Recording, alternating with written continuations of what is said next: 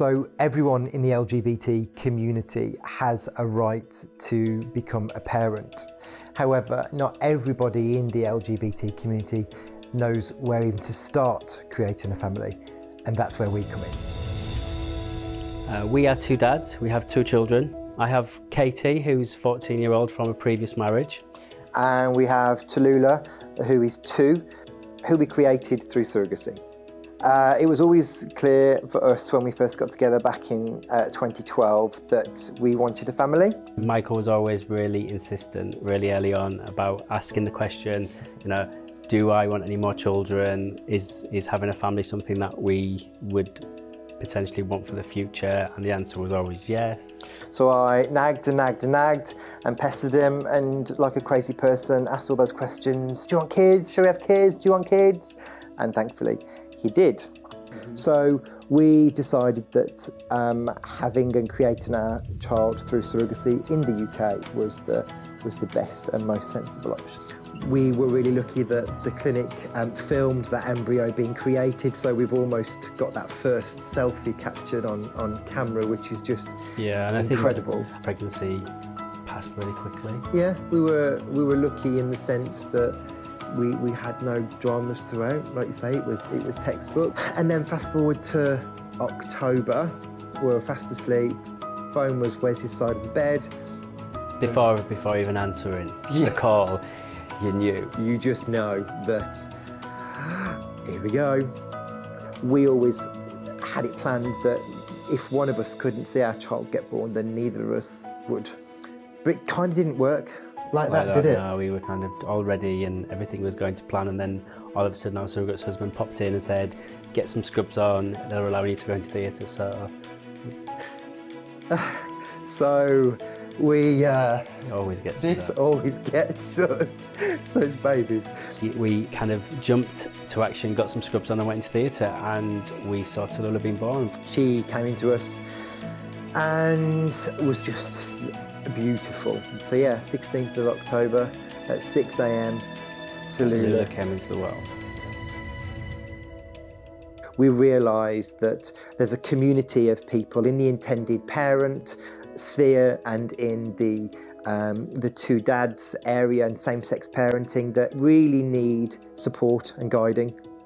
So the all-party parliamentary group invited us to discuss our lived experience as two dads that had and created their family through UK surrogacy. So we went along and we gave an insight to what it was like.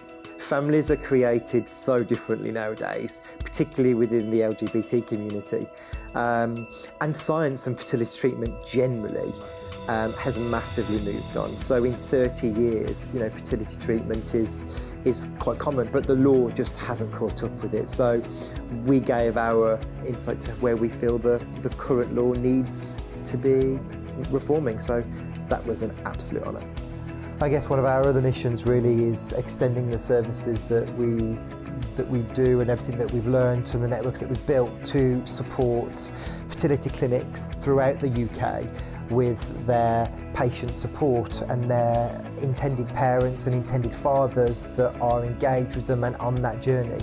So providing that whole end-to-end care and welfare and support to ensure that those people on that journey have great access to information from people that have lived it, that have walked in those shoes, that understand those challenges. So what's next for us? Well, we've got a busy year. We're doing more work and we hope to see the law reform, the surrogacy law reform come through and come to some form of positive conclusion. We are supporting and speaking at the Royal College of Nursing event in March, which we're so excited to be doing. As part of the missions and the two dads pieces that we do, we actively speak at events for healthcare professionals. So not only about raising the profile of UK surrogacy, it's also helping healthcare professionals understand what's involved with the surrogacy journey. And what needs we, like a same-sex couple, have throughout that journey.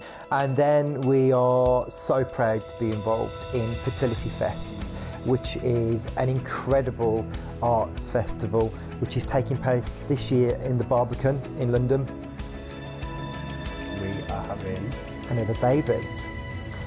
So we are due, actually it's the 4th of September, but our surrogate, we're using the same surrogate again for this journey. She's been amazing and offered to do it again, which, Incredible. yeah. Incredible. We're so excited about it. We had a failed transfer last year, Yeah. so we had, having such a positive experience the first time with IVF working, first time around, it wasn't that straightforward for this particular journey, was it?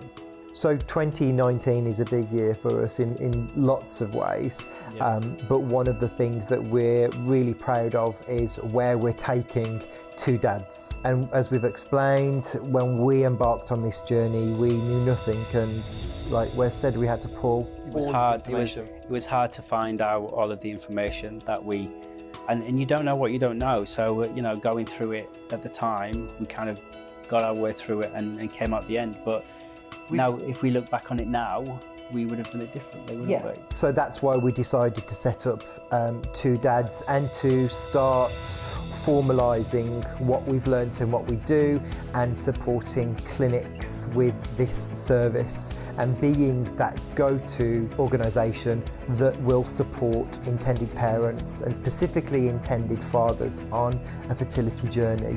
So it's linking, I guess, the two pieces together. So it's the people that follow us and our community, and helping them go on that journey to find a clinic that can essentially help them create a family. And we can actually make it really easy for intended parents who have not been through this before.